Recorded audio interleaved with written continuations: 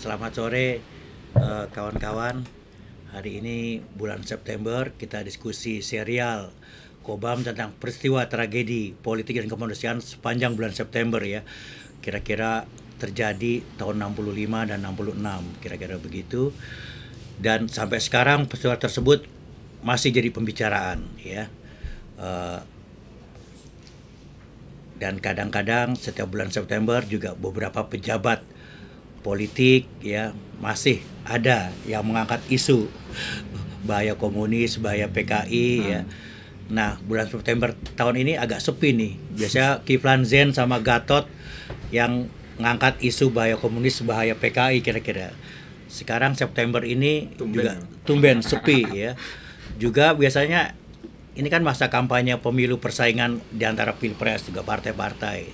2014 2019 ya mulai ada tuh isu Jokowi dituduh PKI, komunis, tapi tahun ini juga sepi nih ya. Tuduhan-tuduhan mengarah ke sana belum ada sama sekali.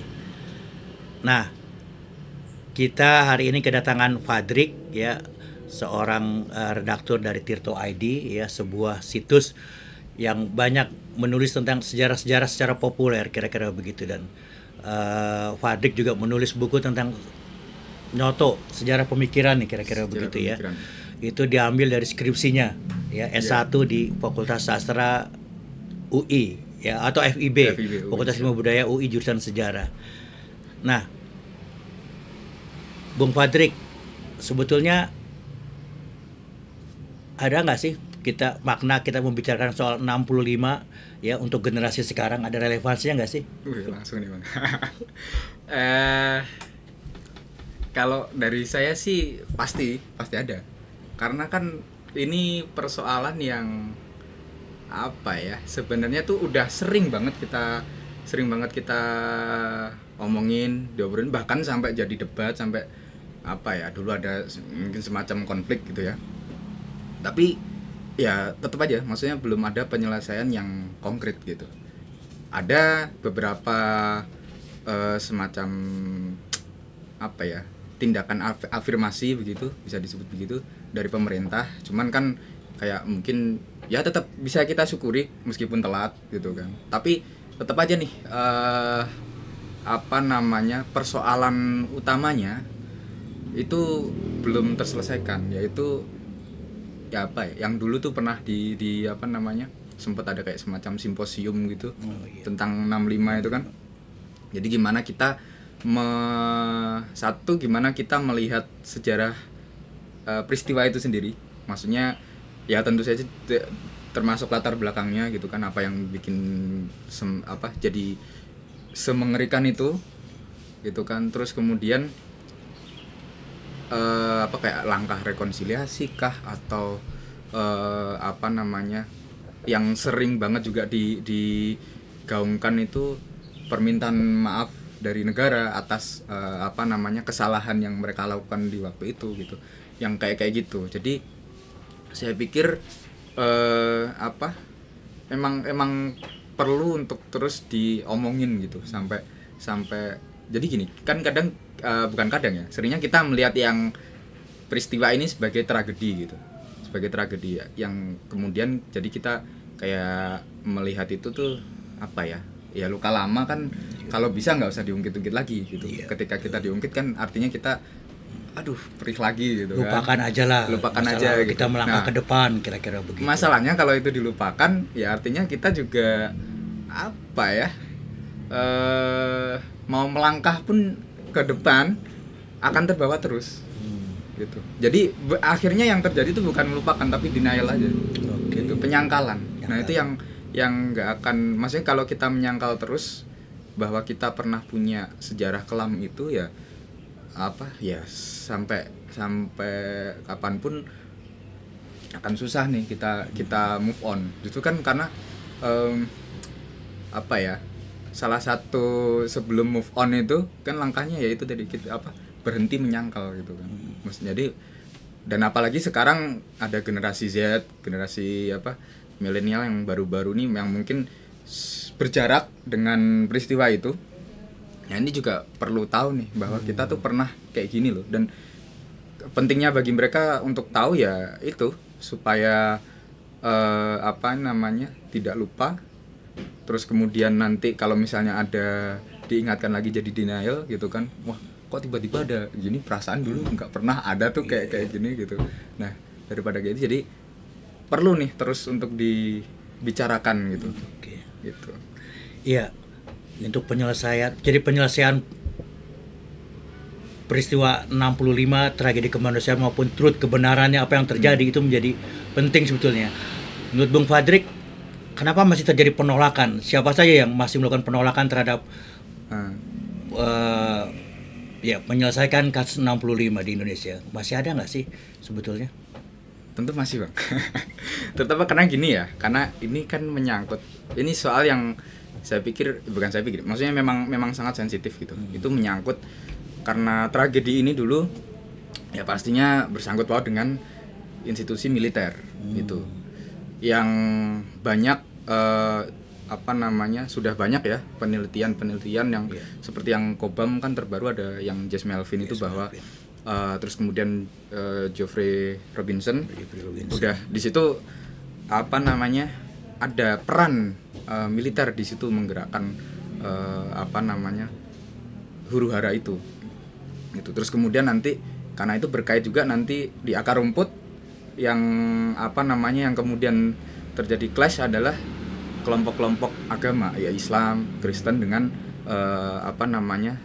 PKI simpatisannya dan kita bisa bilang organisasi-organisasi akar rumput yang berafiliasi dengan itu. Jadi memang ya itu tadi kalau dibilang kenapa kita masih sulit ya karena itu dari institusi yang ya pastinya tidak mau lah namanya tercoreng gitu kan selama ini, karena memang yang dibesarkan adalah tindakan untuk menyelamatkan negara, untuk menjaga negara ini supaya nggak pecah gitu kan, atau nggak jatuh ke jurang komunisme gitu. Yang dinarasikan seperti itu. Cuman kemudian tentu saja caranya tidak boleh dan tidak harus seperti itu gitu. Bahwa akhirnya ada pembunuhan massal, terus kemudian penahanan tanpa proses pengadilan, terus kemudian yang bahkan mungkin jadi semua orang juga tahu pengasingan di Pulau Buru, di sana ada semacam kerja paksa gitu ya. Itu yang saya pikir ya tentu saja akan mencoreng wibawa dan nama dan nilai yang mereka usung sebagai pembela tanah air itu gitu. Dan kalau dengan kelompok akar rumput tentu saja karena memang ini konflik yang sayangnya dulu tuh memang benar-benar horizontal gitu. Jadi ya kita tahu kayak misalnya perebutan aksi sepihak itu memang terjadi gitu. Memang harus diakui bahwa pada waktu itu terjadi aksi sepihak yang dijalankan oleh PKI dan organisasi yang ada di bawah naungannya atau berafiliasi dengan PKI gitu. Dan itu memang dirasakan betul efeknya oleh masyarakat perdesaan tentu yang paling kerasa ya. Kalau di kota-kota mungkin tidak terlalu ini. Cuman kalau di desa-desa memang clash itu benar-benar membekas gitu. Makanya kemudian ketika itu pecah jadi konflik yang terbuka, akhirnya jadi semengerikan itu gitu. Nah, itu yang mungkin walaupun susah tidak sespontan itu juga karena kita tahu bahwa militer ada peran melakukan itu propaganda, mobilisasi untuk melakukan penghancuran atau pembunuhan massal bahkan di desa-desa kira-kira kayak gitu ya. Nah, itu yang saya pikir yang bikin salah satu yang bikin denial juga itu kan. Karena kita ya dulu bahasanya kalau yang sering kita dengar kan dibunuh atau membunuh gitu. Pada akhirnya ya pilihannya kayak sehitam putih itu gitu. Dibikinnya kayak gitu. Jadi kayak akhirnya ya seperti yang dulu mungkin kalau kita ingat pernah ada film Senyap dan sebelum itu yang Joshua Oppenheimer. Di situ kan maksudnya diperlihatkan gitu bagaimana bahkan orang yang sempat jadi algojo pun punya argumen sendiri untuk menjustifikasi tindakannya. Artinya kalau kita tidak mengakui itu, ya nggak akan selesai tuh apa denialnya ini terus kemudian ya karena kita denial terus ya balik lagi tadi akan susah untuk membicarakan ini gitu. Ya, di berbagai negara sebetulnya penyelesaian konflik masa lalu atau tragedi kemanusiaan negara lah yang harus berperan, kira-kira kayak begitu. Tapi kan di Indonesia unsur-unsur politik yang terlibat dalam peristiwa 65 atau alat politik yang masih terlibat di peristiwa 65 masih menjadi bagian penting dari kekuasaan yang ada sekarang. Benar. Jadi kelihatannya para politisi atau pengambil kebijakan sangat hati-hati sekali untuk mengungkapkan, mengekspresikan mereka untuk peristiwa 65, kecuali Gus Dur. Ya. Nah memang sosok yang boleh dibilang istimewa. Iya, Gus Dur lah satu presiden yang menyatakan permintaan maaf terbuka untuk tragedi kemanusiaan peristiwa 65 dan sampai sekarang menurutku baru Gus Dur baru presiden yang berani. Dan itu bukan hanya 65 ya Bang, seperti yang ya kita cerita-cerita tadi kan banyak secara umum Tapol gitu. Tapol yang pernah jadi musuh politiknya Orde Baru. Nah, sekarang kita kembali ke masa lalu dulu ya. Ini kan banyak narasi soal peristiwa 65 ya. Banyak skenario, banyak teori tentang peristiwa 65. Menurut Bung Fadrik, apa sih narasi-narasi yang ada tentang peristiwa 65 itu sendiri? Narasi yang ada ya, yang kita tahu pasti ini ya, yang kemudian membekas sampai sekarang itu tentu saja pembunuhan jenderal itu yang apa ya, bahasanya mungkin dihiperbolikan gitu, dipelintir. Jadi kayak misalnya ada dinarasikan bahwa ke-6 jenderal ini mengalami mutilasi gitu kan. Terus kemudian ada siksaan dan segala macam yang ternyata itu bukti kekerasan memang ada, cuman tidak yang sampai kemudian yang digambarkan di film G30S itu sampai ada yang disiksa, disilet segala macam. Terus kemudian di tengah-tengah itu ada yang sampai menari-nari geruan, terus kemudian bersukacita atas hal itu. Ternyata kan memang tidak terjadi yang seperti itu gitu, menurut dokumen otopsinya gitu. Ya paling itu sih yang kemudian menurut saya jadi semacam momentum gitu, atau alat yang dibikin untuk mendramatisir itu. Jadi nih mereka, kita ditunjukin, jadi orang-orang yang tidak tahu apa-apa ini ditunjukin bahwa ini loh PKI G30S itu kayak gitu. Dan G30S itu digerakkan oleh siapa? Oleh PKI. Jadi kayak akhirnya narasi yang dibangun itulah yang kemudian membekas gitu sampai sekarang. Narasi yang dibangun oleh negara Orba sebetulnya fantasi, bukan fakta, kira-kira begitu, dengan tujuan politik untuk propaganda, mobilisasi massa untuk anti PKI, kira-kira begitu. Terus kemudian yang saya sadari ketika melakukan penelitian untuk skripsi itu juga, bahwa narasi tentang 1965 tahun-tahun 60 50 zamannya Soekarno, yang ketika PKI hidup itulah, atau tentang spesifik tentang PKI gitu, pasti mulanya adalah dipotong kayak PKI itu ya 65 gitu. Nah, itu jadi kayak kita tuh diajarin untuk melihat PKI dari perspektifnya 1965. Dari perspektif negara pula ya, negara Orba. Jadi kayak kita tuh ditunjukin yang jeleknya doang, katakanlah gitu. Gampangnya simplifikasinya kita ditunjukin nih PKI sebagai yang dituduh sebagai pemberontak gitu. Tapi kita nggak tahu tuh, sempat nggak tahu lebih jauh di tahun itu, sebelum terjadi peristiwa itu tuh apa sih yang melatari itu, ada gejolak sosial atau politik apa yang melatari itu, dibalik itu selama tahun-tahun 60-an dan bahkan mungkin tahun 50-an yang kita bahkan kalau di sejarah Indonesia tuh kayak tahun 50-an tuh kayak tersimplifikasi jadi kayak masa demokrasi parlementer atau demokrasi liberal. Terus kemudian setelah itu demokrasi terpimpin. Jadi kayak ya kita cuma taunya itu. Terus nggak ada lagi tuh penjelasan apa aja sih yang terjadi di situ gitu, yang kemudian sampai mengarah ke 1965. Jadi itu sih kalau bisa dibilang pekerjaan utama yang sekarang untuk apa ya, bahasanya untuk menunjukkan narasi baru gitu.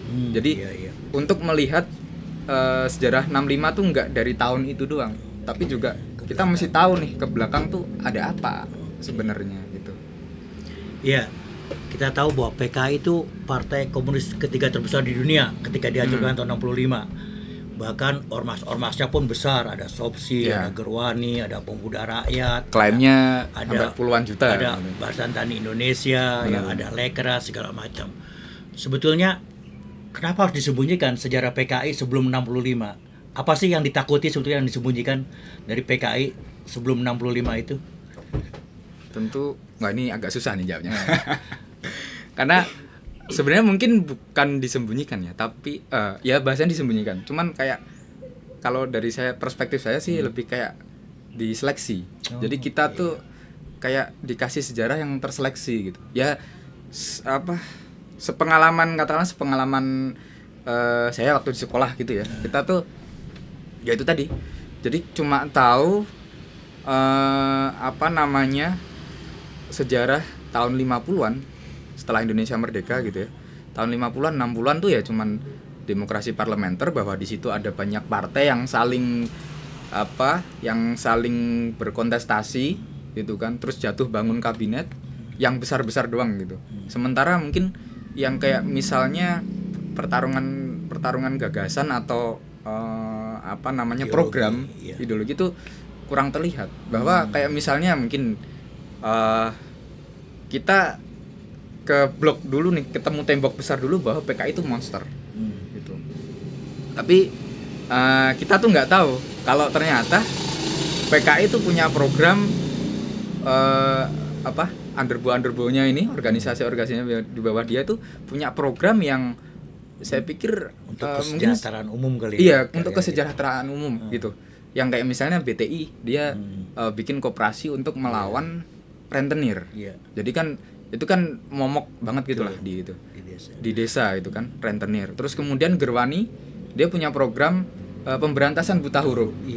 Selama ini kita kayak taunya Gerwani tuh ya wanita di lubang buaya itu. Di framing kayak gitu. Nama Gerwani tuh ya di lubang buaya itu, padahal kenyataannya ini tidak begitu gitu. Bangun TK ya. Bangun TK namanya TK Melati, dan itu hampir di seluruh, ya mungkin kalau dulu Jawa ya yang paling besar, tapi hampir di setiap desa tuh ada. Jadi kayak itu ada semacam instruksi khusus untuk cabang-cabang Gerwani itu bikin TK untuk karena memang program mereka, tujuan mereka, misinya adalah pemberantasan buta huruf. Jadi orang di pedesaan pun tuh harus melek huruf semuanya, nggak boleh ada yang buta huruf gitu. Terus ya kayak program-program misalnya kayak orang tahu nih ada namanya 7 setan desa gitu. Terus kemudian banyak yang kemudian kayak kepelintir bahwa salah satunya itu kiai atau pemuka-pemuka agama gitu. Padahal kalau kita telisik lagi ternyata tidak disebutkan seperti itu gitu, yang 7 setan desa itu. Jadi dan itu pun mereka merumuskan itu dari riset gitu. Nah itu yang mungkin hal-hal yang tidak terekspos gitu. Misalnya yang masih diterima sampai sekarang THR itu itu ternyata perjuangan dari Sopsi. Ya, sampai itu sekarang itu dinikmati oleh buruh Indonesia. Nggak cuma buruh ya, semuanya lah. Semua kelas pekerja itu sampai sekarang masih itu. Nah, yang kayak gitu Bang, yang saya pikir mungkin perlu diketengahkan, dimunculkan gitu. Jadi bukan untuk kemudian merubah nama PKI atau memperbaiki nama PKI, bukan itu, tapi supaya kita lebih objektif aja ngelihat sejarah itu. Jadi karena kesannya ya itu tadi saya bilang, kalau kita ngelihat 65 ya hitam putih gitu. Lu dibunuh atau lu PKI atau bukan. lu pengkhianat atau bukan, kayak gitu kan. Jadi nah ternyata sejarah kan tidak sehitam putih itu. Bahwa bahwa mungkin PKI itu satu program dari PKI doang. Ya mungkin kita bisa juga nih, kalau kalian tidak setuju misalnya dengan masa PKI kayak gitu, tunjukin dong misalnya Partai NU dulu kayak apa gerakannya, Masyumi atau PNI kayak. Nah itu yang narasi-narasi kayak gitu yang kurang gitu. Karena ya itu tadi, kayak sejarah kita tuh di permukaan politik, sejarah politik. Jadi kayak kita nggak lihat nih di bawah tuh ada kayak ada sejarah-sejarah yang berhubungan sama sosial, ekonomi, lingkungan, sains, kebudayaan. Itu yang mungkin bukan dirahasiakan tapi ya itu tadi kayak diseleksi. Ada seleksi yang kemudian sampai ke kita ya cuman itu doang gitu. Jadi sebetulnya salah satu sumbangan PKI dan ormasnya, terutama ormas adalah dia membangun gerakan akar rumput yang dari bawah dengan isu-isu pendidikan, keadilan, kesejahteraan, isu-isu yang jauh dari ideologi dan politik yang selama ini di framing kira-kira ya oleh negara Orde Baru ya. Betul. Kira-kira begitu.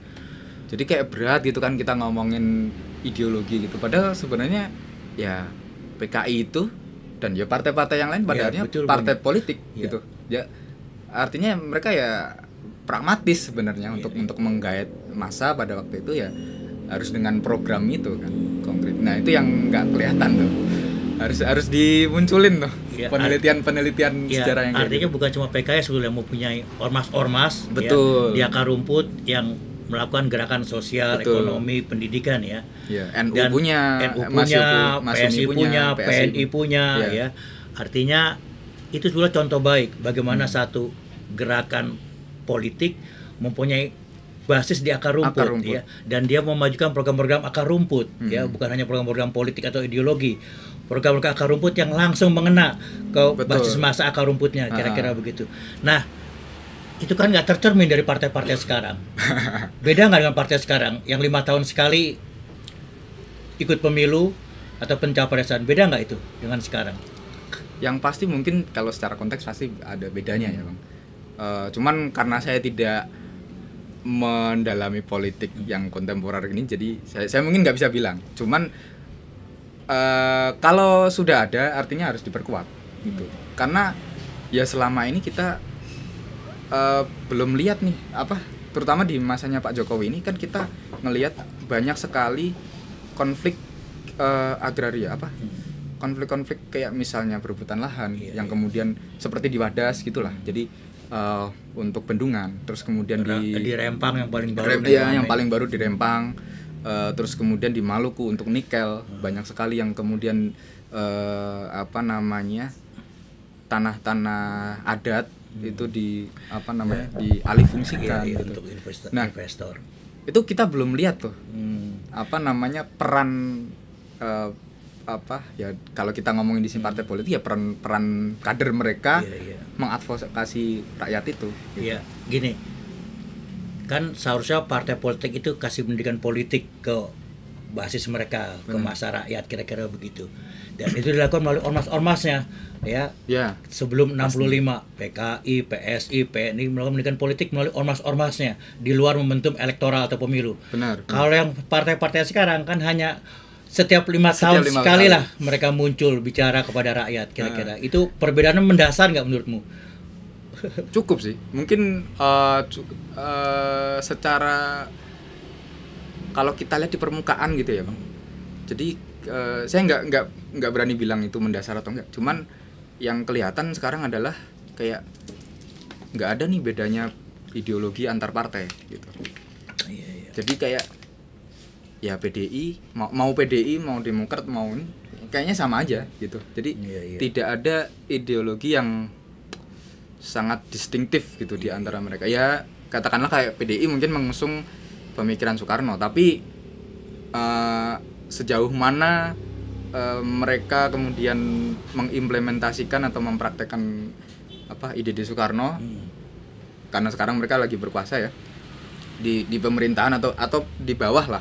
Itu kayak gimana kan kayaknya belum kelihatan gitu. Kalau dari pandangan awam saya ya, itu nggak kelihatan gitu. Nggak ada bedanya dengan antara apa namanya PDI, Demokrat atau Golkar gitu. Kayak sama aja. Dulu itu di permukaan gitu. Di apa namanya? Jadi secara ideologi mungkin ya itu. Karena dulu itu mungkin partai itu pragmatis di tahun-tahun 50-an. Mereka bergerak tapi tetap aja pragmatisme itu juga digerakkan oleh dasarnya adalah ideologi gitu. Jadi apa yang mereka bawa, ideologi apa, itu kemudian diimplementasikan atau diterjemahkan ormasnya ke melalui program akar rumput.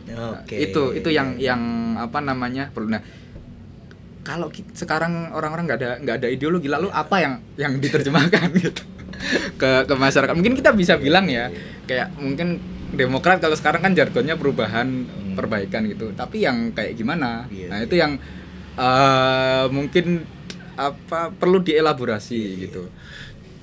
Atau PDI mungkin apa ya jargonnya partai wong cilik. Nah, partai wong cilik itu yang kayak gimana gitu?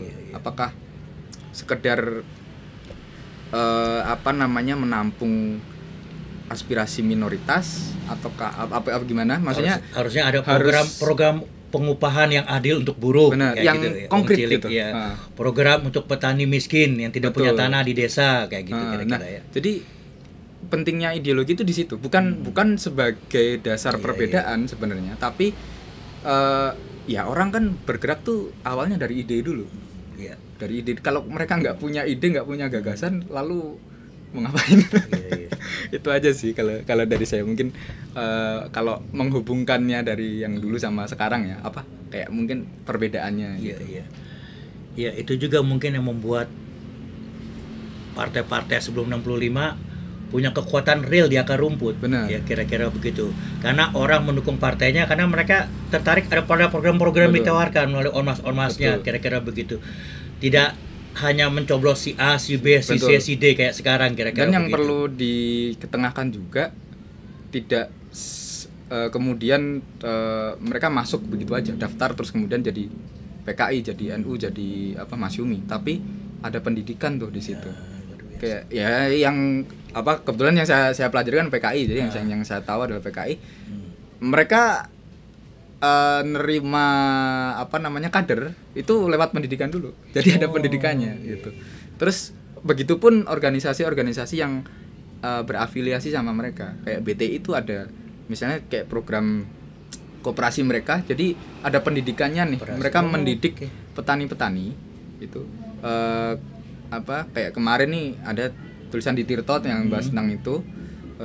Kayaknya yang nulis juga teman dari Kobam juga gitu. Jadi di situ dijelasin tuh gimana mereka bikin koperasi BTI ya, Barisan Tani Indonesia, bikin koperasi kemudian mendidik kader-kader petani ini untuk menjalankan itu koperasinya itu. Jadi nggak sekedar berdiri terus kemudian jadi bukan program yang untuk pencitraan, tapi ada kontinuitas gitu. Oke, itu kan program bagus, koperasi petani di desa untuk memberdayakan ekonomi petani ya. Betul. Selama ini kan BTI di framing aksi-aksi sepihak itu.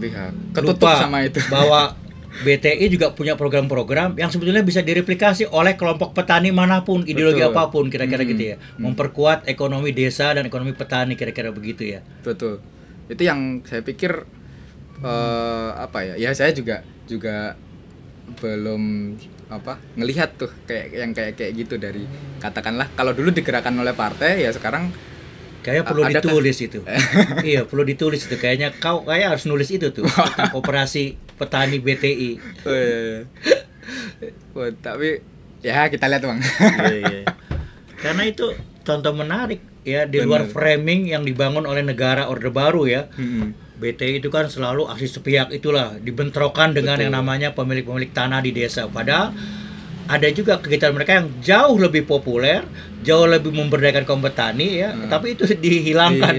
Iya, ya itu tuh saya bilang ketutup tembok bahwa ya PKI dan kemudian yang bawah-bawahnya adalah monster gitu. Itu disengaja tidak bangunan konstruksi itu menurutmu? Saya setelah pikir 65 pasti ada. Kan seleksi ya. Oh, iya, seleksi. betul, Jadi seleksi. jadi apa namanya? Entah disadari atau tidak ada yang seperti itu karena kan kemudian generasi itu mungkin terframing gitu ya. Terframing bahwa apa namanya? Ini peristiwa buruk nih. Jadi kita jangan nyinggung-nyinggung ini terlalu dalam. Jadi kayak misalnya apa namanya? Ya mungkin untuk menunjukkan ini official atau enggak, maksudnya resmi ada seleksi kayak gitu atau enggak, itu mungkin butuh studi lagi gitu pasti Bang. Cuman ya yang kemudian terlihat ya itu tadi apa namanya, kita ya meskipun nggak sengaja pun akhirnya kayak mensensor diri sendiri untuk tidak mengingat-ingat lagi itu, untuk denial akan sejarah kelam itu gitu, atau ya sejarah kelam yang sebenarnya kita belum tahu banyak gitu. Gitu. Yang dikasihkan ke generasi yang baru-baru nih ya, nih sejarah kita yang apa ya, yang patriotik lah gitu. Nah, Bung Fadrik kan menulis tentang buku yang menurut saya sangat penting sekali sebagai generasi Z, yaitu tentang Nyoto dan pemikirannya. Tuh. Nah, apa sih sebetulnya sumbangan penting sosok Nyoto di dalam ya partai saat itu yang Bung teliti? Apa peran dia yang paling penting? Apa pemikiran dia yang paling penting kira-kira yang bagi partai saat itu? Kalau bagi saya untuk konteks PKI ya. Jadi kalau untuk konteks nasional mungkin saya perlu ini lagi apa namanya, penelitian lebih jauh lagi karena itu terbatas pada PKI. Ya untuk PKI sendiri dan orang-orangnya lah. Saya pikir kalau Aidit itu yang tampil sebagai ideolog gitu kan. Dia yang ngomong tentang ideologi, tentang hal-hal besar lah, tentang apa namanya perjuangan politik partai. Nah, Nyoto ini yang mainnya ini dari narasi, Bang. Jadi dia kan kerja ditaruh di bagian agitasi dan propaganda. Yang kemudian saya sadari dari penelitian itu adalah dia tuh tidak seperti Aidit yang memulai semuanya dari ide besar Marxisme. Tapi di sini juga dia mulainya itu dari hal-hal yang real dulu nih. Dia tulisan-tulisan awalnya itu ya selain pidato yang konteksnya resmi ya di koran, itu beliau menulis kalau sekarang kita nyebutnya travelogue. Jadi catatan perjalanan gitu. Bukan sesuatu yang sangat apa namanya kita bilang berat, bukan sesuatu yang ideologis banget gitu. Cuman travelogue. Jadi dia melakukan ya berikut dengan tugas-tugas partainya, melakukan perjalanan. Dia melihat apa namanya di kereta gitu, yang saya tadi di kereta menuju ke Jawa Timur kalau tidak salah, itu melihat nih keadaan petani, keadaan apa desa-desa yang dia lalui, yang jadi tempat dia singgah gitu kan.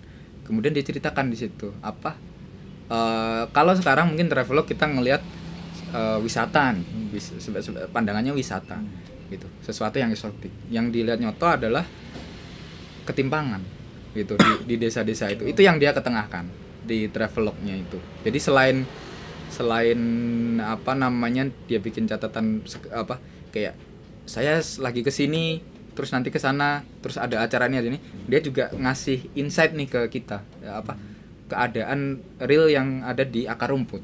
Nah, dari situlah kemudian dia bangun narasi bahwa apa namanya ini tuh tidak terjadi begitu saja. Itu ketimpangan itu tidak terjadi begitu saja. Ada sebabnya gitu. Ada struktur yang bikin ketimpangan itu nggak terselesaikan, nggak apa namanya, malah semakin jurangnya semakin tinggi. Nah, itulah yang kemudian dia bawa baru dia apa namanya ngasih insight kita bahwa apa sih yang salah gitu, apa sih yang bikin di akar rumput itu kayak gitu. Ya itu tadi apa tugas partai kira-kira ya, kali ya. Baru setelah itu dia menawarkan tawaran solusi dari PKI gitu. Jadi itu apa ada narasi di situ. Jadi sebelum sampai ke hal-hal yang besar, sampai katakanlah kita ngomong yang kalau sekarang kan orang partai kan kayak langsung janji ya. Nanti saya naik BBM turun. Apa namanya, nanti saya naik gaji PNS juga naik gitu. Nah, apa itu mungkin yang membedakan juga orang politisi dulu dengan politisi sekarang gitu. Jadi sebelum kita sampai ke katakanlah janji politik, itu harus riset dulu nih gampangnya tuh kita lihat dulu nih realnya tuh apa sih persoalannya gitu. Nggak langsung tiba-tiba datang dengan janji yang ya akhirnya jadi muluk gitu, yang tidak nanti ketika ditagih ngeles gitu. Itu yang saya pikir pentingnya Nyoto di situ pekerjaannya Nyoto untuk PK itu di situ. Jadi dialah yang mendekatkan partai ini ke akar rumput gitu. Jadi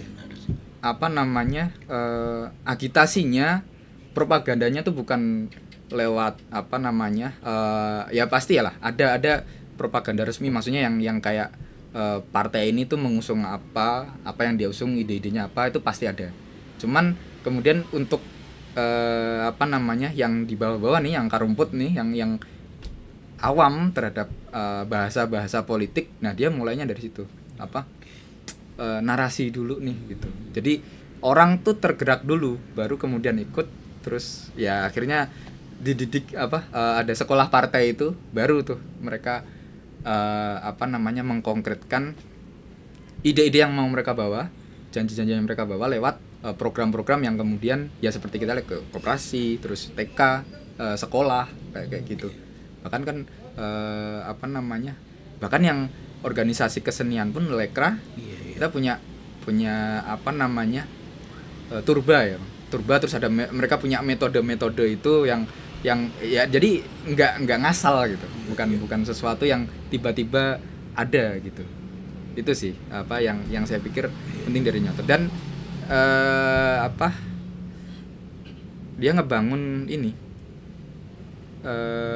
yang mungkin beda dari pemimpin politik pada waktu itu secara umum ya, atau di PKI doang. Jadi kayak luwes gitu, bisa masuk fleksibel. Itu yang mungkin membuat salah satu membantu untuk partai itu bisa masuk ke kayak melalui media, melalui kebudayaan gitu. Jadi nggak, wajah partai itu bukan tunggal yang politik itu, tapi juga punya wajah budaya, punya wajah yang sifatnya tuh nggak melulu ideologis politik gitu. Tapi ada santai-santainya juga. Bahasanya gitulah. Dia juga suka musik ya kalau nggak salah. Betul. Musik klasik malah. Bisa musik main biola gitu kan, beberapa alat musik yang saya tahu gitu. Jadi saya pikir kayak ya ada unik-uniknya juga lah. Sebagai sosok politikus yang ngerti seni gitu. Itu. Ya, Nyoto kan juga berperan di organ sentral partai namanya Harian Rakyat, dan itu menurutku menjadi penting. Apa sih pemikiran atau Nyoto tentang peran yang harus diambil oleh Harian Rakyat sebagai organ partai kira-kira? Pertama yang jelas Harian Rakyat nih corong. Yang pertama harus disadari banget adalah dia corong partai. Pastinya dia akan menyuarakan suara politiknya partai gitu. Terus tapi kemudian ya balik lagi lewat media itu tapi dia tidak ngebangun itu sebagai sesuatu yang eksklusif. Jadi lebih inklusif. Jadi bukan corong yang ngomong cuma satu arah gitu kan. Kalau dari yang penelitian yang udah saya lakukan. Jadi ada timbal dia melibatkan juga lagi-lagi melibatkan akar rumput gitu. Lewat jadi kalau di Harian Rakyat itu ada mungkin kita nyebutnya sekarang tuh semacam iklan gitu kan. Jadi kayak dia meminta koresponden dari daerah-daerah untuk melaporkan apa sih yang terjadi di daerah, berita-berita itu. Jadi dan itu korespondennya buruh petani yang kayak ya? gitu. Jadi mereka menerima itu, terus kemudian ya pasti tentu saja ada seleksi ya. Maksudnya apa secara teknis, apa keredaksian, bahkan dia bikin tuh buku serial sih, sebetulnya serial dulu diterbitin di situ. Jadi kalau apa misalnya kayak A to Z-nya kalau mau nulis di Harian Rakyat gitulah. Apa sih pers menurut apa namanya Marxisme itu fungsinya kayak gimana, terus ya jelasin tuh dari mulai yang ide gedenya, terus kemudian praksisnya kayak gimana. Jadi harus bikin berita tuh yang kayak gimana, tentang misalnya tentang netralitas tuh yang kayak gimana gitu kan, jurnalisme yang mau diusung kayak gimana, teknisnya kayak gimana. Nah itu dia nulis tuh di situ di tahun-tahun 52 atau 53 kalau nggak salah gitu kan. Terus nah kemudian dia menerima nih dari koresponden yang itu adalah kaum buruh dan petani ya, maksudnya orang perdesaan lah. Jadi berita itu tidak cuman media itu nggak cuman Jakarta sentris kalau bisa nih. Mungkin tetap akan terlihat Jawa sentris, tapi setidaknya itu apa namanya ada apa ya, semacam keinginan untuk tidak menjadikan ini cuma narasi tunggal dari partai atau narasi pusat elit gitu. Ini bukan pembicaraan elit, tapi ini pembicaraan akar rumput juga. Jadi di halaman pertama HR kita akan lihat tuh apa berita-berita besar lah yang terjadi di Jakarta terutama, atau secara nasional gitu atau internasional. Nah di halaman kedua itu baru tuh kita lihat ada namanya kolom daerah gitu. Nah dari kolom daerah itu kita bisa tahu tuh apa namanya apa-apa yang terjadi gitu. Ada apa di daerah mana nih, ada apa sih gitu, persoalan agraria apa gitu. Terus apa struggle-nya petani di daerah ini apa gitu, kayak gitu.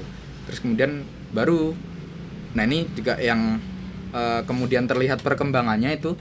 Kalau HR awalnya dari kayak cuma 2 halaman apa 2 lembar gitu ya, jadi 4 halaman. Terus kemudian berkembang jadi 6, jadi agak tebel gitu. Dan kemudian mengisi juga tuh ada tambahan-tambahan rubrik yang itu edukatif sebenarnya, kayak HR anak untuk anak-anak ya. Anak.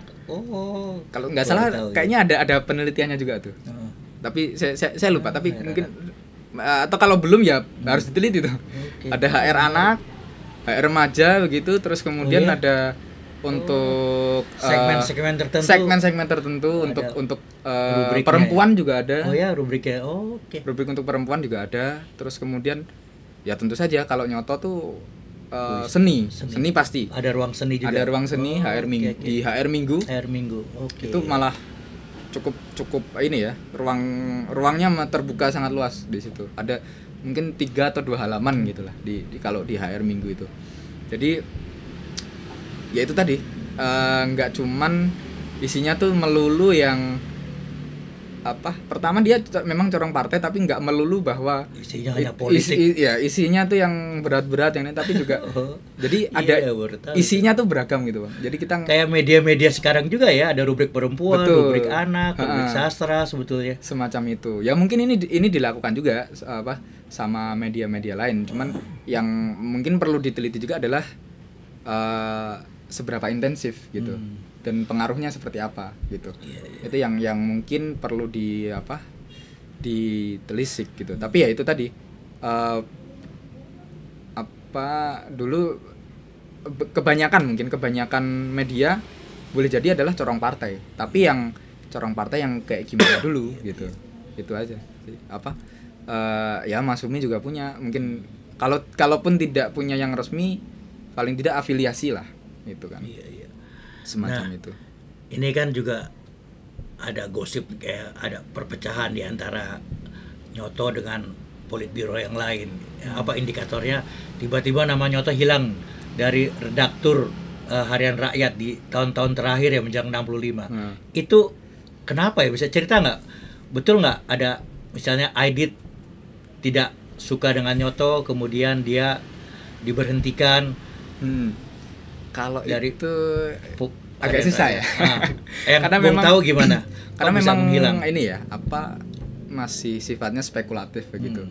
Bahwa Tapi gini, seperti yang udah kita obrolin gitu kan. Jadi ya sebenarnya kalaupun ada semacam perbedaan pendapat, mungkin iya. Karena kan ya bagaimanapun namanya partai pasti ada lah ya, friksi-friksi begitu. Ya nggak cuma PKI, kayak misalnya PNI pun kan juga terpecah jadi dua gitu kan. Terus kemudian juga Masyumi, terus kemudian nanti melahirkan NU. Artinya bukan PKI doang, tapi nah mungkin itu aja sih yang agak sulit untuk dibuktikan apakah benar. Pertama tadi mungkin kayak apakah benar ada konflik antara Aidi dan Nyoto. Saya belum berani bilang, cuman kemungkinan itu juga ada gitu. Dalam artian mungkin mereka beda nih dalam soal pandangan politik atau nih harus jalan kayak gimana begitu. Karena kan ya pemikiran itu tidak tunggal gitu Bang, di dalam partai itu sendiri. Terus dan mungkin banyak yang kayak berspekulasi bahwa Nyoto disingkirkan dari HR karena namanya tidak tercantum lagi. Tapi kan itu masih perlu dibuktikan juga gitu kan di redaksi itu. Ya kalau kita ngomong sejarah pasti harus ada ininya lah, dasar dokumen atau kesaksian yang valid dari mungkin pentolan HR yang mengalami masa itu yang mungkin sekarang masih belum benar-benar terkuak, atau mungkin sudah ada yang bicara tentang itu tapi kemudian beda-beda pendapat karena kan setiap orang punya perspektif sendiri. Nah itu yang saya pikir tapi ya itu tadi, kalau dibilang apakah mereka kemudian pecah kongsi, saya pikir saya belum punya kapasitas tuh untuk menjawab itu. Cuman ya namanya partai pasti ada lah ya friksi seperti itu. Terus kemudian juga di waktu itu kalau misalnya kita konteksnya lihat HR, kayak misalnya ada yang dibilang Nyoto mulai disingkirkan dari HR karena namanya tidak tercantum, ya kita juga mesti lihat juga di tahun 60-an pertengahan itu menjelang 65 itu Nyoto terserap nih ke pemerintahan gitu. Dia jadi diangkat jadi salah satu menteri negara. Terus kemudian juga jadi di situ ada beritanya juga di HR itu, dia jadi banyak ya seperti kayak tugas-tugas dinas lah kalau kita bilang, harus ke luar luar Jakarta, ke luar pulau kayak gitu. Jadi mungkin ada pengaruh itu juga gitu. Kalau tapi ya itu tadi, kalau saya untuk menjawab apakah ada perpecahan mungkin belum nyampe situ Bang. Nah, karena terlalu banyak spekulasi. Sekarang setelah peristiwa 65 Nyoto kan menghilang. Itu bagaimana Bung ceritanya? Kalau yang ya balik lagi itu banyak juga spekulasinya. Tapi yang mungkin bisa kita pegang atau ya kita jadikan kayak semacam acuan begitu ya. Banyak pada waktu itu tentu saja ketika setelah G30S gagal itu kan langsung tentara itu menutup semua media massa. Jadi kecuali Berita Yuda ya kalau nggak salah itu, maksudnya corong resminya mereka. Jadi mereka memonopoli pemberitaan gitu kan. Nah artinya nggak ada nih kalau misalnya orang PKI mau gerak atau membela diri itu corongnya nggak ada lagi gitu. Dan ya kemudian di situ juga terjadi produksi hoax, ya saya bilang gitu ya, produksi hoax bahwa jenderal yang tadi kita omongin di awal, jenderal-jenderal mengalami penganiayaan, mengalami mutilasi dan semacamnya dari situ.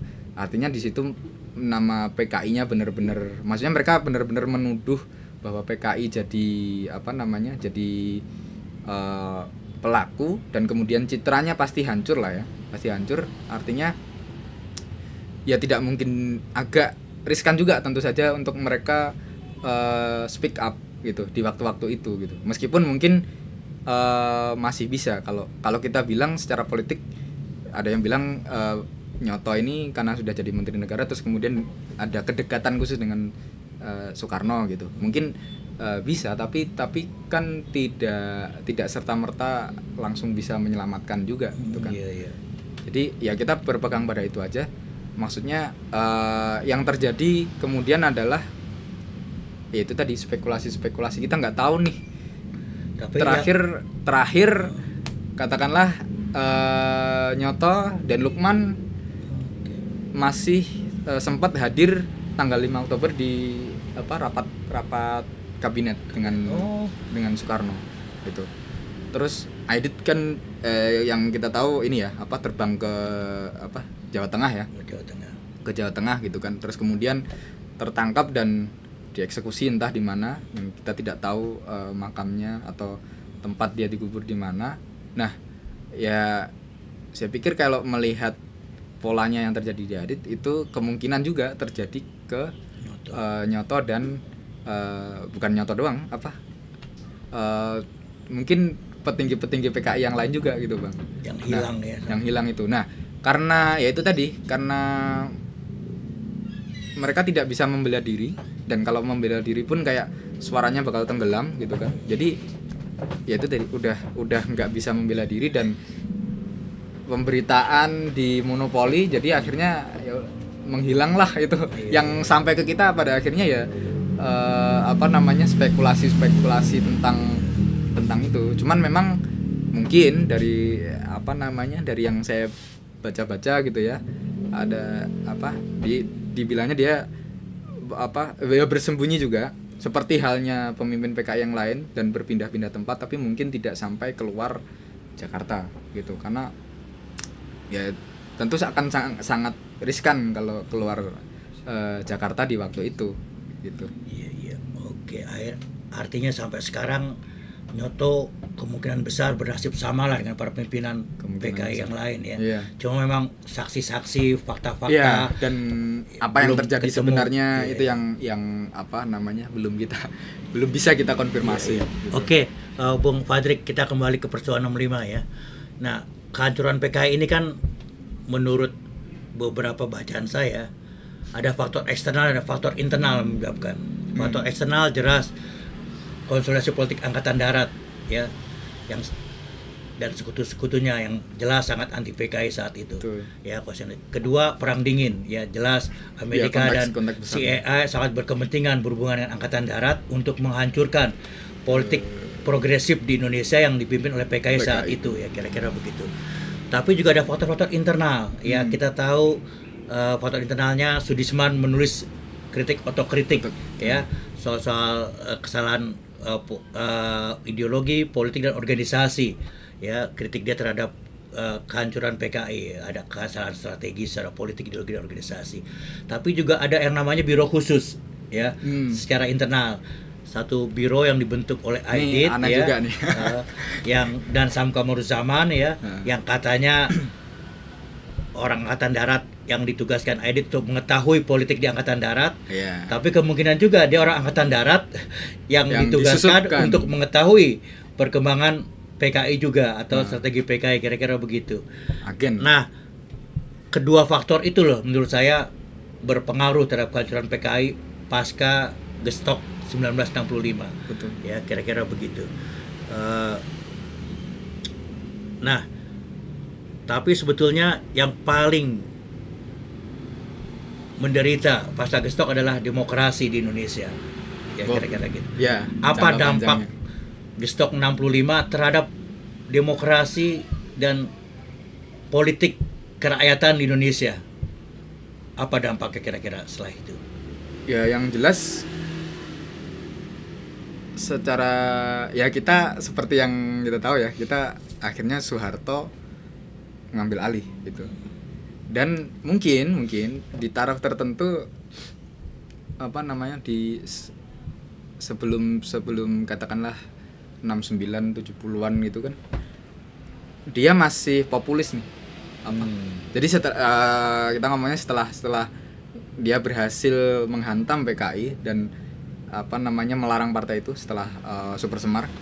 Kemudian relatif musuh utama yang apa ya, yang kelihatan dan secara legal tuh nggak bisa lagi ada, udah hilang nih, udah nggak ada, gitu kan. Nah, tapi di situ apa namanya kemudian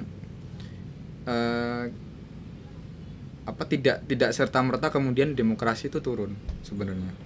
Apa ya, adalah masa-masa dia tuh dia bisa kalau secara politik mungkin bisa dibilang memanfaatkan apa ya, kondisi juga. Jadi mumpung lagi naik nih apa namanya semangat untuk apa namanya, ini mungkin agak terpisah ya dari G30S-nya sendiri, tapi ada semangat nih untuk memulai orde baru yang namanya orde baru. Nah, jadi kita dari situlah kita melihat ordenya Soekarno itu sebagai orde lama yang harus dilikuidasi, yang harus diganti dengan apa, dengan yang baru ya, orde baru itu. Nah, mungkin kayak 67 apa ya, 67 68 mungkin sampai sekitar 69 tuh dia masih bisa tuh kayak gitu. Jadi apa istilahnya tuh masih ngikut nih apa, dia tidak membiarkan apa namanya langsung jadi otoriter sebenarnya. Jadi masih ada dia mendengarkan ekonom atau apa namanya, kemudian ada nasihat-nasihat ini harus gimana sih apa merancang negara gitu. Tapi ya kemudian setelah apa namanya, mungkin kayaknya pemilu 71 ya. 71. Bahkan sebelum itu kan, tapi ya mungkin mulainya adalah ketika ide rezim orde baru untuk menyederhanakan partai. Itu yang saya pikir jadi momentum sih untuk apa ya, kalau demokrasinya pasti kemudian akan ya jadi otoriter gitu kan. Nah, mulai ada ide itu, jadi kayak dipandangnya wah ini kalau kebanyakan partai jadi yang ada cuma gontok-gontokan nih. Kita lihat aja tahun 50 tahun apa, terus kemudian pas ada Soekarno pun dengan Nasakom juga masih kayak gitu. Artinya ya udah kita sederhanakan partai. Nah, saya pikir selain dari kebijakannya Soeharto sendiri apa sifat rezimnya Soeharto sendiri ya, itu ide untuk menyederhanakan partai itu sih yang kemudian apa ya, membuat kita jatuh ke otoritarianisme. Jadi kemudian jadi 3 kan, kemudian ABG apa, ABRI, birokrat, Golkar, itulah fondasi orde baru Soeharto gitu. Jadi dan Golkar pun kalau dulu kan bukan partai Bang nyebutnya ya.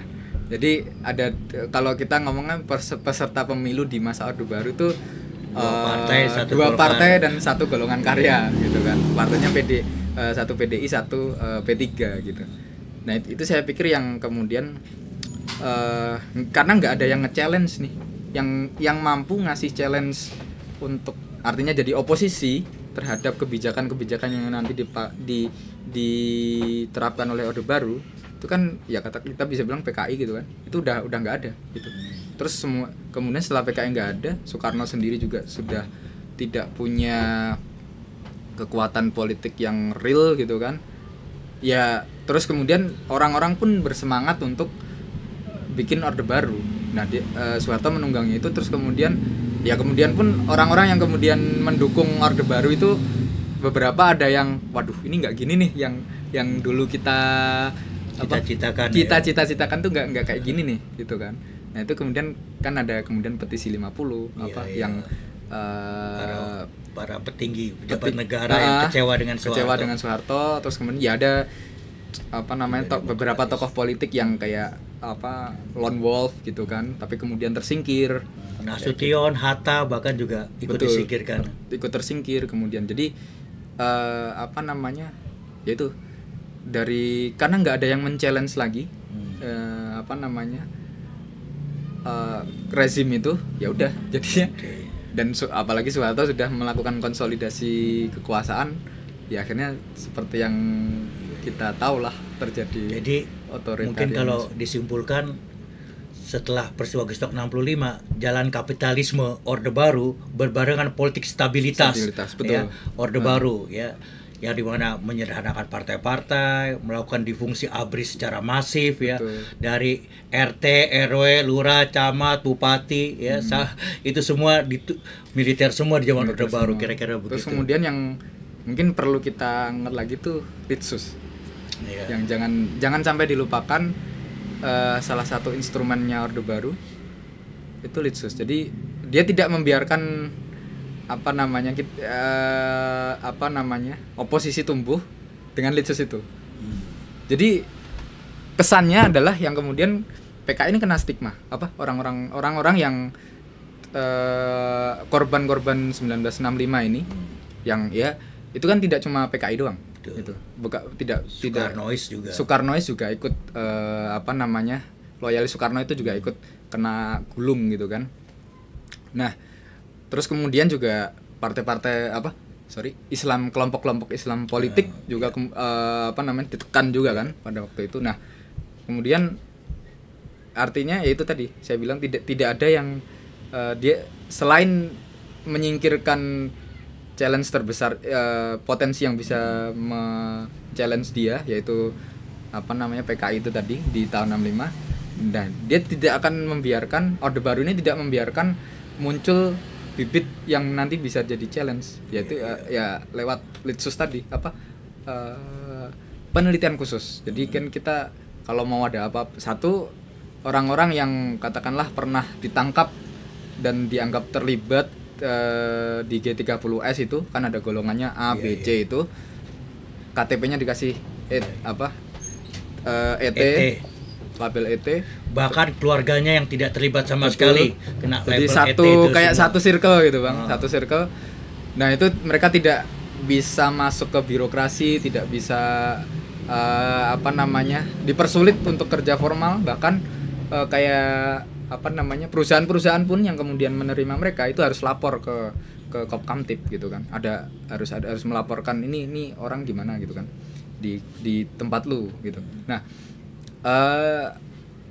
ya artinya itu tadi. Jadi dan itu tidak hanya menimpa orang-orang yang dianggap terlibat G30S, tapi juga kayak misalnya yang dulu yang pernah memberontak juga kan sebenarnya ada DITII, Permesta, terus kemudian PSI dan orang-orang Islam politik kayak gitu. Itu juga terstigmatisasi. Ikutan kena sebenarnya gitu. Itu yang ya, nah itu juga mungkin yang nggak kita sadari itu di situ. Jadi nggak cuman orang-orang tapol nih yang jadi tapol ini yang kemudian kena stigma, tapi juga banyak orang yang berpotensi, dia kelompok-kelompok lah kita nyebutnya, kelompok yang bakal jadi challenge untuk Orde Baru ini juga ditekan, atau kelompok kritis ya. Iya, kelompok yang kritis gitu. Kayak misalnya saya kan aktif di gerakan mahasiswa juga di PRD. Saya ditangkap hampir 7 kali itu. Kantor polisi, oleh Kodam juga. Ya. Itu selalu tuduhannya adalah kamu nih komunis. Betul. Ya. Bahkan buruh-buruh yang mogok nuntut upah, kesejahteraan juga Orde Baru, kalau ditangkap kayak Marsinan itu tuh kamu ini komunis kalau mogok. Ya, kira-kira kayak gitu. Jadi stigmatisasi komunis, cap PKI itu meluas. Betul. Ya, tidak hanya untuk para ex tapol-tapol dan keluarganya, tapi juga untuk semua orang yang menuntut hak-haknya atau orang-orang kritis, kira-kira begitu, dicap PKI, komunis, kira-kira begitu. Itu satu. Kalau itu nggak cukup, juga digunakan jalan represi dengan undang-undang subversif, dengan KUHP, pasal penghinaan presiden. Ya lain-lainnya ya. Dan itu dialami semasa Orde Baru, anak-anak mahasiswa 74, 78, terus kami PRD 96 ya. Gerakan demokrasi yang lain, Aliansi Jurnalis Independen, gerakan mahasiswa juga mengalami BKK jadi represi ya. Kalau depolitisasi, kalau hegemonik tidak cukup untuk mengatur orang supaya patuh, maka cara represi digunakan, kira-kira begitu. Dan itu dilakukan oleh Orde Baru. Itu juga menyebabkan sulitnya ruang gerak ya untuk tumbuhnya oposisi atau gerakan-gerakan yang men-challenge Orde Baru, karena memang begitu baru muncul sudah dihantam dengan represi. Iya. Bahkan sebelum muncul udah dipagerin dulu nih. Kayak gitu. Jadi ya itu sih yang mungkin dampak, mungkin bukan dampak kita kehilangan PKI ya, tapi lebih ke dampak transisi kekuasaan yang berdarah-darah itu. Gitu. Bukan pada akhirnya yang kita omongin kalau kita ngomongin keadaan pas Orde Baru itu ya bukan hanya tentang apa namanya PKI itu dibasmi, tapi juga demokrasinya tuh ikut pada akhirnya ikutan tiarap. Iya, ikut dipasung lah oleh Betul. negara Orde Baru, kira-kira begitu. Kita memang ada pemilu tapi ya Kita sudah tahu pemenangnya. Pemenangnya siapa? Golkar selalu menang di atas Betul. 60%. Itu baru ada perubahan pas tahun 90-an gitu kan, 9 paruh-paruh tengah-tengah Iya, 90-an begitu. Jadi Bung Fadli, peristiwa 65 sendiri juga harus clear, harus ada truth, kebenaran tentang peristiwa itu sendiri. Ya, tidak bisa negara mempunyai kebenarannya sendiri, ya. Banyak sekali riset-riset sekarang ini dari peneliti luar negeri, ya, tentang peristiwa 65, dan menurutku itu harus diakomodasi oleh negara. Tidak lagi negara mempunyai kebenarannya sendiri di zaman seperti sekarang, kira-kira begitu. Sepakat? Atau ya? mungkin gini lah, kalau bahasanya mengakomodasi itu terlalu tinggi untuk mereka, paling tidak nggak usah inilah kalau ada diskusi atau pelarangan buku baru muncul tentang itu atau penelitian baru dikeluarkan, tidak perlu tuh ada pelarangan gitu kan. Gitu. Jangan maksudnya ya itu tadi, kalau aku masih sulit untuk mengakomodasi atau masih denial, ya paling tidak Beli ruang demokrasi, betul, untuk narasi-narasi yang berbeda terhadap peristiwa 65. Nah kalau narasi itu pun itu diberangus, ya apa bedanya kita bikin reformasi gitu kan. Iya, ambil contoh bukunya John Rosa, Dalih Pembunuhan Massa. Itu kan terbit 2008 dalam bahasa Indonesia. Betul. Tapi 2009 dilarang oleh Kejaksaan Agung. Artinya negara melalui institusi resminya yang punya hak untuk melarang masih berkarakter khas Orde Baru zaman dulu, ya. Artinya Betul. buku-buku akademis seperti John Rosa itu masih ditakuti. Betul. Nah itu yang, ya itu saya pikir kalau minimal sih harapan kalau saya pribadi tuh kayak ngenes gitu Bang, ngelihat buku-buku, bahkan anehnya ya Bang, kayak dulu tuh ada pelarangan razia gitu kan. Ormas loh ini, bukan negara, bukan aparat gitu kan. Ormas merazia buku, yang dirazia adalah bukunya Frans Magnus Suseno yang itu sebenarnya malah kalau dibaca lebih itu mengkritik sebenarnya, mengkritik Marxisme.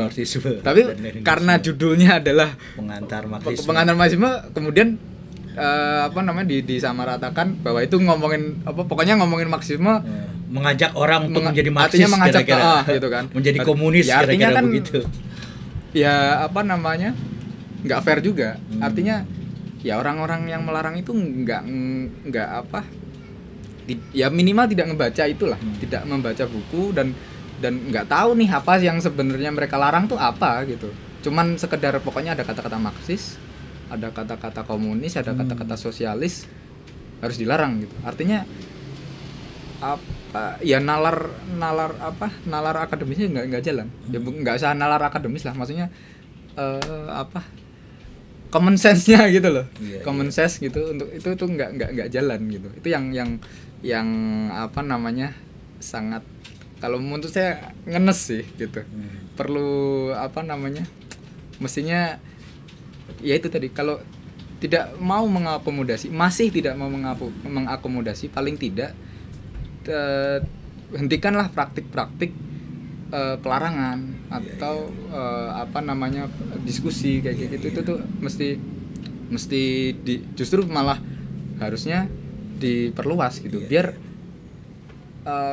kita bisa kok, kita digelar aja diskusi, nanti terserah situ mau nolak, situ mau ini, itu serahkan aja ke masyarakat yang ini. Cuman ya itu asal jangan dilarang aja sih. Iya. Gitu. Ya, saya ingat kira-kira 5 tahun yang lalu kita buat konferensi peristiwa Gerakan 1 Oktober 65 di YLBHI. Itu digerebek oleh Front Anti Komunis, dibubarkan. Polisi yang harusnya menjaga supaya acara berlangsung ikut melarang acaranya, bukan menjaga supaya acara berlangsung, ya. Akhirnya acara itu dibubarkan. Artinya kan satu diskusi, ya. Kalau mau hadir saja yang anti komunis juga, nggak ada masalah buat kita. Tapi jangan melakukan tindakan kekerasan ya untuk membubarkan acara diskusi yang ilmiah sekali sebetulnya. Betul. Kebetulan saya salah satu pembicaranya juga saat itu. Saya udah datang jam 8 kok banyak polisi, kok ada truk di Iya, depan benar-benar. front anti komunis Iya. ya. Akhirnya itu masih terjadi. Artinya bahkan diskusi saja tentang peristiwa 65 masih ada kelompok-kelompok yang membubarkan secara paksa dan Kemudian anehnya aparat aparat polisi ikutan. yang harusnya mengamankan supaya acara berlangsung ikut melarang acara Betul. tersebut itu kemudian. ya. sangat disayangkan sih. Tentu saja sangat disayangkan. Nah, ini terakhir Bung Fadik. Ini kan kita ada generasi Z yang lahir tahun 2000-an ya. Menurut Bung Fadik, apakah menakut-nakuti dengan isu PKI komunis masih dianggap tuh oleh generasi Z, atau mereka sebenarnya generasi baru yang tidak mengalami trauma sebenarnya dengan kata-kata itu, hantu komunis, PKI? Saya pikir mungkin ya, tapi ini mungkin perlu validasi apa ya, semacam studi atau gimana. Cuman saya ini dari pengalaman, berangkat Iya, dari pengalaman boleh. saya. Dari Saya pengalaman, Bu. pernah kebetulan pas waktu nggarap skripsi juga itu saya ngajar. Oh. Saya ngajar sejarah. Iya, iya. Gitu kan di sebuah Pak guru. bimbel. Jadi ya ketemunya ini Anak-anak. pada waktu itu anak-anak yang lahir di tahun-tahun istilahnya kita mungkin paling tua tuh yang milenial akhir gitulah, atau apa generasi Z yang paling tua lah. Paling Jadi tua. 97, 98 Oke. sampai apa namanya 99 2000 lah gitu. Nah, yang kemudian yang saya lihat itu adalah mungkin ada jarak.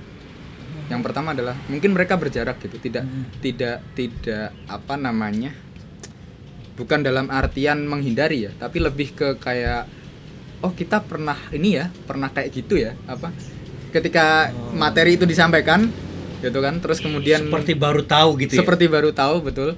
Jadi kayak oh ternyata Indonesia pernah kayak gini ya, wah ngeri ya gitu. Jadi kayak apa namanya, mungkin bukan karena mereka tidak tahu, tapi karena apa itu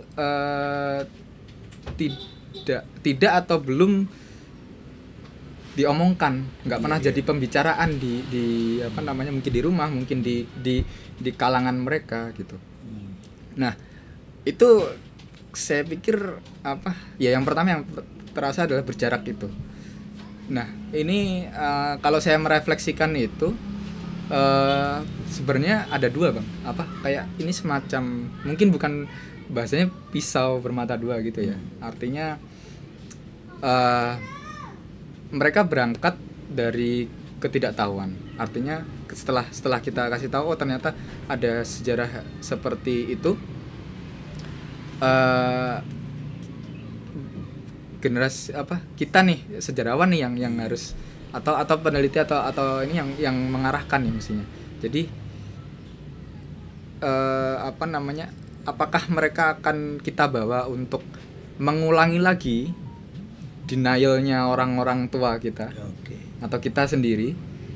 Jadi tetap kita kasih itu kita narasikan itu sebagai sejarah kelam yang luka yang tidak usah diungkit-ungkit lagi, atau ya ini kita kasih perspektif baru yang memang kebanyakan lahir di setelah 98 ya, setelah reformasi. Kita kasih perspektif baru yang lebih apa ya, lebih komprehensif begitu, nggak cuman hitam putih bahwa PKI itu monster atau orang-orang kiri secara umum itu monster gitu. Nah itu saya pikir di situ ada peluang di situ bang, artinya jadi ada peluang bahwa mereka akan ikut tergiring jadi mungkin konservatif, atau bisa nih kita cerahkan mereka, bahasanya cerahkan ya. Kita kasih apa ya, pemahaman edukasi bahwa ini nih sejarah tuh apa namanya, punya banyak sisi, punya dia tidak hitam putih gitu.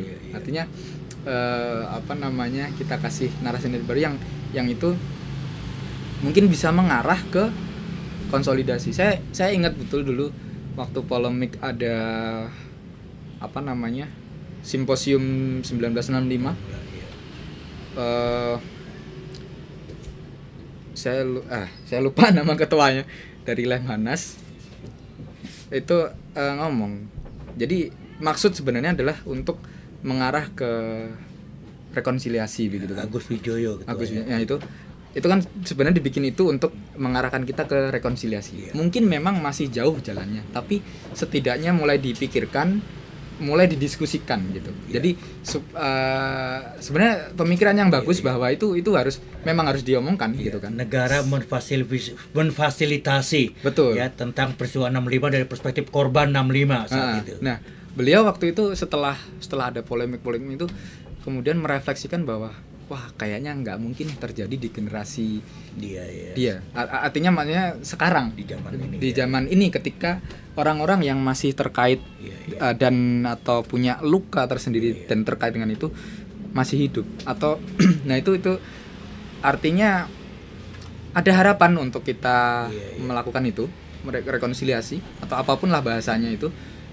Nah tapi juga harapan itu nggak bisa dibiarin gitu aja. Artinya harus seperti yang dilakukan Pak Agus Wijoyo itu tadi. Ini harus dan kita omongin di awal tadi. Ini harus diomongin terus nih.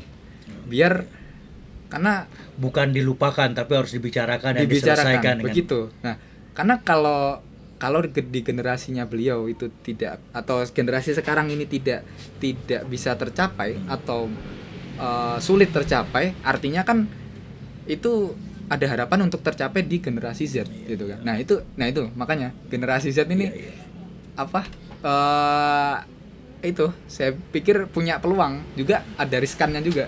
Riskannya kalau apakah kita akan membawa mereka ke konservatisme yang artinya kita pakai pemikiran lama bahwa ya udah sejarah tuh gitu dan hitam putih, atau kita kasih mereka edukasi yang dalam tanda kutip lebih lebih komprehensif begitu.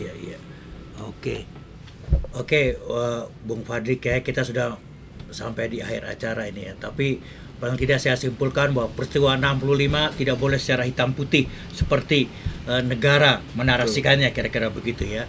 Banyak hal aspek peristiwa 65 yang harusnya bisa juga dituliskan ya. Kedua juga ini menurut saya penting, relevansi dengan generasi Z. Jadi Bung Fadli tadi sudah optimis bahwa generasi Z ini tidak mengalami trauma ya atau berjarak dengan peristiwa 65 ya, dan kemungkinan besar mereka jauh lebih welcome ya dengan solusi-solusi atau informasi-informasi baru tentang peristiwa 65 ya. Tinggal bagaimana negara atau sejarawan atau orang-orang yang punya concern terhadap peristiwa 65 bisa membangun jembatan, mengkomunikasikan itu dengan baik dengan generasi Z, kira-kira begitu ya. Paling tidak membangun empatinya dulu. Empati. Karena ya itu penting sih untuk melihat sejarah 65 ini, terus kemudian dampaknya. Itu saya pikir yang paling pertama adalah empati. Itu. Karena kalau kita nggak punya itu ya gimana gitu kita akan ngomonginnya gitu. Oke. Bung Aldo, ada pertanyaan kah dari ini yang bisa diajukan ke Pak Dik mungkin? Ada sebenarnya tapi waktu ya. Oke, Bung Pak Dik, mungkin ada pernyataan terakhir soal peristiwa 65 yang ingin disampaikan ke para pemirsa kita. Kalau yang mungkin dari saya ya itu tadi, mungkin ini udah berulang-ulang tadi kita omongin Bang. Jadi ya itu pertama adalah kita ini udah di zaman reformasi yang artinya kita dari Orde Baru tuh ngebawa semangat reformasinya tuh demokrasi dibalikin lagi. Nah di zaman ini mestinya kalau demokrasi itu jalan harusnya tidak ada lagi tuh kayak pelarangan diskusi atau razia buku yang berkaitan dengan hal-hal sejarah-sejarah ya nggak harus itu apapun yang mungkin punya sensitivitas khusus gitu di masyarakat kita. Itu pertama. Terus kemudian ya itu terkait ini sendiri peristiwa 65 ini itu harusnya nih kita omongin terus. Kalau ini sepi ya kita omongin lagi nih. Gitu sampai kemudian sampai di titik equilibrium kita bisa nih ngomongin ini dalam rangka untuk itu apa ya bahasanya rekonsiliasi gitu atau membangun masa depan bangsa yang lebih baik. Betul. Sebetulnya. Apalah apa namanya cita-cita yang kita cita-citakan itu. Intinya adalah menuju ke penyelesaian atau rekonsiliasi itu bahasanya bisa banyak. Bukan melupakan tragedi masa lalu tapi menyelesaikannya secara adil, kira-kira begitu. Itu aja sih. Itu. Oke, Bung Fadik, terima kasih. Sekarang kita tutup acara podcast ini. Terima kasih Bung Fadik untuk waktunya. Mungkin kita bisa obrol-obrol lain kali lagi ya dengan tema yang lain ya. Ya. Oke.